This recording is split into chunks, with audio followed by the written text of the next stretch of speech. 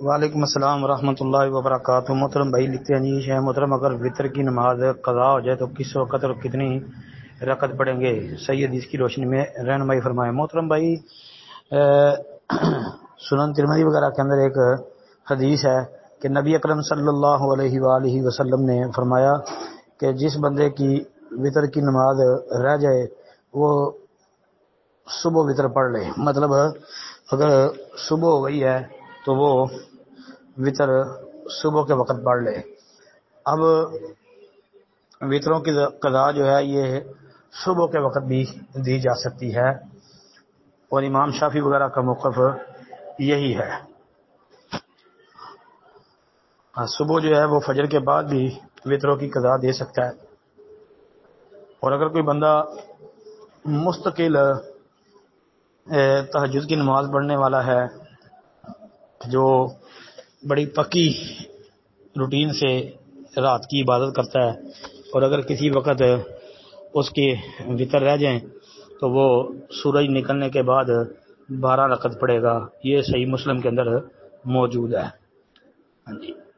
اور اگر ایک بندہ جو ہے وہ رات کو جو ہے وہ قیام نہیں کرتا، یعنی رات کی عبادت کرنے کی اس کی روٹین نہیں ہے، بس وہ عشاء کی نماز پڑھتا ہے سنتیں وطر پڑھ کے تو بس وہ سو جاتا ہے، اور اگر اس طرح اگر کسی کے وطر رہ جائے اور رات کو نہیں پڑھ سکا کسی وجہ سے تو وہ صبح ہی پڑھ سکتا ہے۔ جی السلام علیکم ورحمۃ اللہ وبرکاتہ۔ وعلیکم السلام ورحمۃ اللہ وبرکاتہ۔ محترم بھائی نے یہ پوسٹ بھیجی ہے جی، اس دینار اور درہم نے تم سے پہلے والے لوگوں کو ہلاک کر دیا اور یہ دونوں تمہیں بھی ہلاک کر دیں گے۔ طبرانی کا حوالہ دیا اس میں۔ محترم بھائی یہ روایت طبرانی اوسط کے اندر موجود ہے۔ اچھا، اس روایت کے متعلق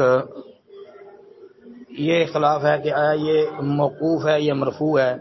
امام دارقطنی رحمۃ اللہ علیہ نے اس کو العلل میں موقوف کہا ہے، البتہ اس کو مرفوع بھی بیان کیا گیا ہے، موقوف بھی بیان کیا گیا ہے جی۔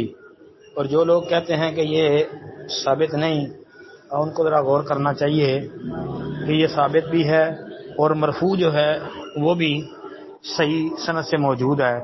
امام طبرانی کی اوسط میں 2022 نمبر حدیث ہے جی، اس میں سند کا پہلا راوی جو امام طبرانی کا شیخ اور استاد احمد بن حسن بن عبد المالک اصبہانی ثقہ ہے، پھر آگے معمر بن احاب جی یہ بھی صحیح ہے جی، آگے ابو داود الطیالسی یہ امام ہیں مسند ابو داود والے، یہ بھی ثقہ ہیں، آگے امام شعبہ ہیں، آگے اعمش۔